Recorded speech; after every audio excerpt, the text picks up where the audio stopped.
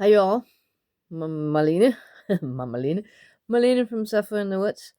I'm in my house, and I just had a thought that I'd like to share with you about prepping, and not prepping only for disasters, but preparing for the winter with food and other provisions. And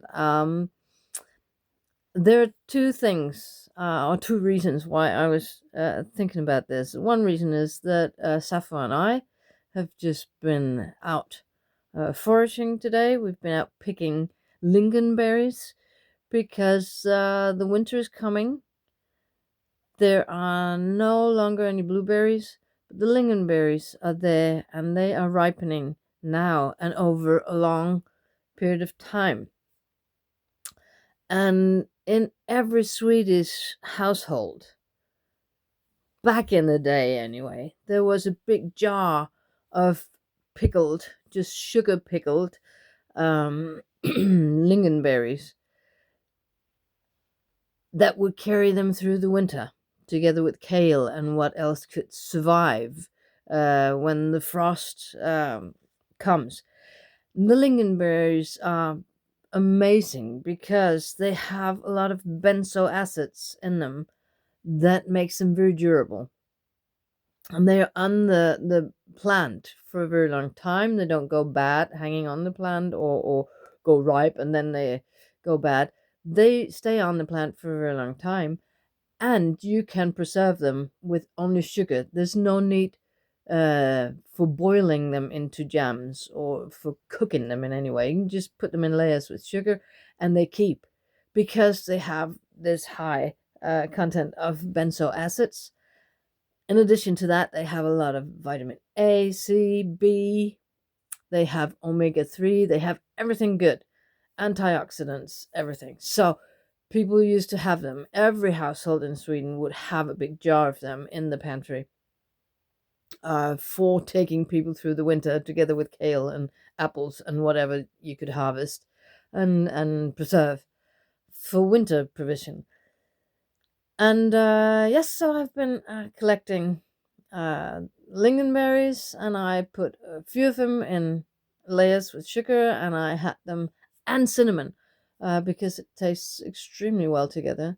And I made myself an omelette with the few mushrooms that I picked yesterday, and some salmon that I had that I needed to eat before that went bad. And then I just strewed a little bit of those lingonberries on top of this salmon mushroom omelette. It was extremely delicious. And then I was thinking about prepping or preparing for winter. That was the one part of it. The other part was that I've just come home from 2 months on Bornholm, where I, for a great part of the 2 months, lived in Kirsten's house. Thank you very much, Kirsten, for housing me. And in Kirsten's house, there's a television.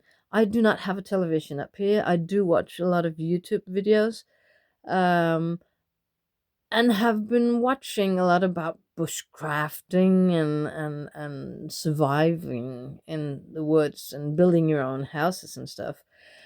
And when I was at Kirsten's and watched TV, there's this show that I think that you have in every country now. It's called Alone or Alone in the Wilderness.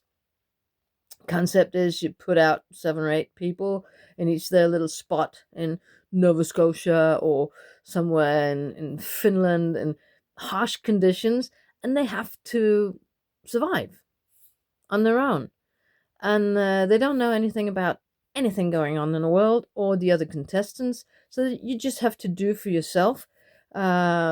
Fishing and hunting in some cases. It's not all over the world. It's not every country's program where they're allowed to hunt.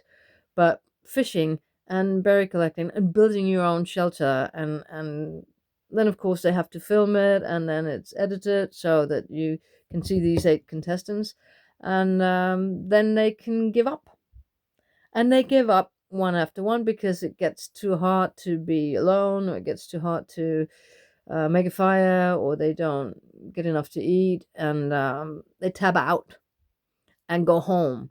And the last person there, who of course don't know that they are the last person, you don't know anything about the others tapping out. So you just have to fend for yourself for as long as you can manage. And the last one standing is the winner. And in some countries, I know in the USA, there's a big a money prize for it. There is not in the Danish version of it. You don't win anything. You get compensated for lost income in those 2 months or how long you're there for. But there's no prize to win, only the glory of winning. And then of course you can start writing some books, and maybe go on tours to give lectures on your experiences there, so you can make an additional income that way. But it's mostly for testing yourself. And I was thinking, when I saw that some of the guys, and that's mostly guys, who've been watching a lot of bushcraft videos and training bushcraft, um, are participants in these shows. And at least in the Danish version of it, they obviously have only been doing bushcraft in their backyards, in a very calm and peaceful village in flat and nice summerly Denmark, because they tab out after 4 or 5 days. They cannot do that loneliness. They choose some items out of a list that they can bring, and those guys brought a drill bit, and they thought, whoa, then then I can do anything, because then I can really build really sustainable buildings and stuff. And after 4 or 5 days, they have to tab out because the loneliness is too hard, the weather is too hard, everything is too hard for them. And that just shows, but they do have the skills of building and doing things, but they haven't really tested it in the harsh environments. And they do have the correct cargo pants and everything, and they do know about keeping their feet warm and stuff, but they can't hack it. And that makes me think, or that made me think, what is it to be prepping? You can go and have a million bushcraft courses and not be able to make it when it comes to real life, when it comes to that you have to survive without modern conveniences. So that led me to thinking that what is important for prepping, even for a catastrophe, a war, whatever, for a power cut, has to do with where you are at. You're prepping for any eventualities is extremely locally based. So you have to be where you are and think, well, if the shit hits the fan for real, what am I going to do where I am? Do I have a lake nearby where I can take rainwater? How do I get out of the city if you're a city dweller? And what kind of food can I get? Where would I go? What would I do? So just learning how to drill with a bow drill or anything, that wouldn't cut it. I would learn how to do it right here where I am in Sweden, in my forest.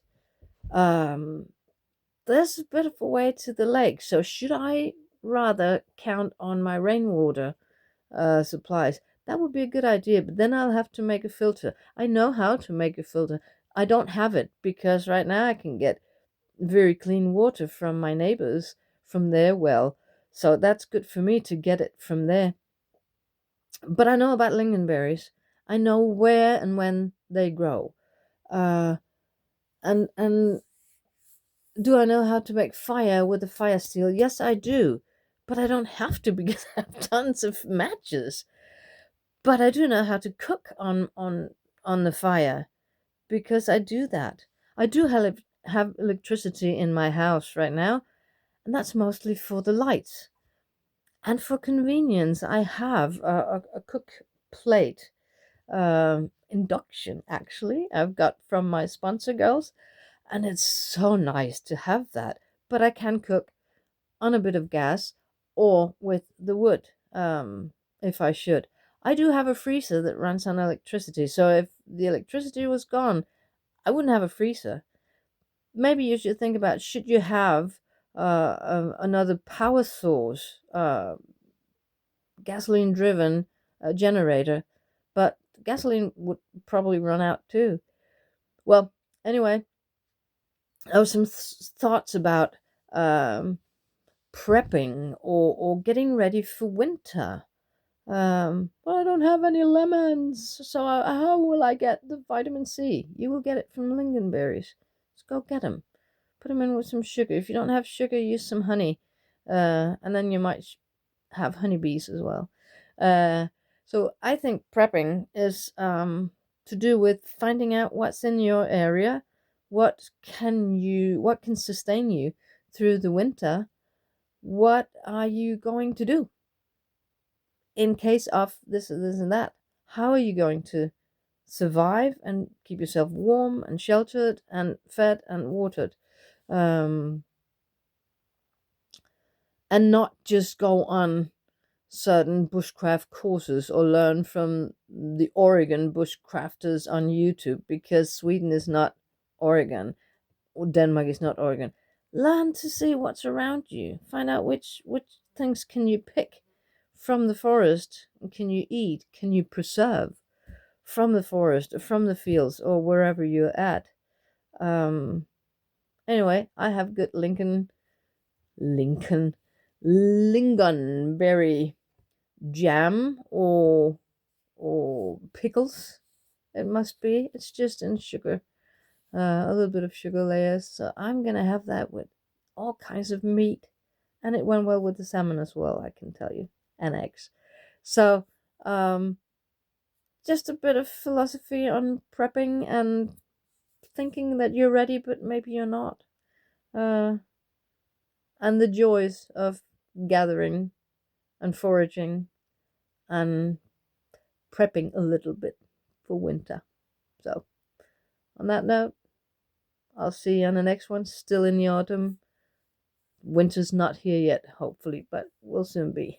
But till I see you next time, thank you very much for watching, and share your thoughts with me in the comments. As always, you can do that, and you can also subscribe to my channel, and you can always ask me for whatever content you would like me to put in. I can answer you by making another video. So, thank you very much for this time. Bye bye. See you on the next one.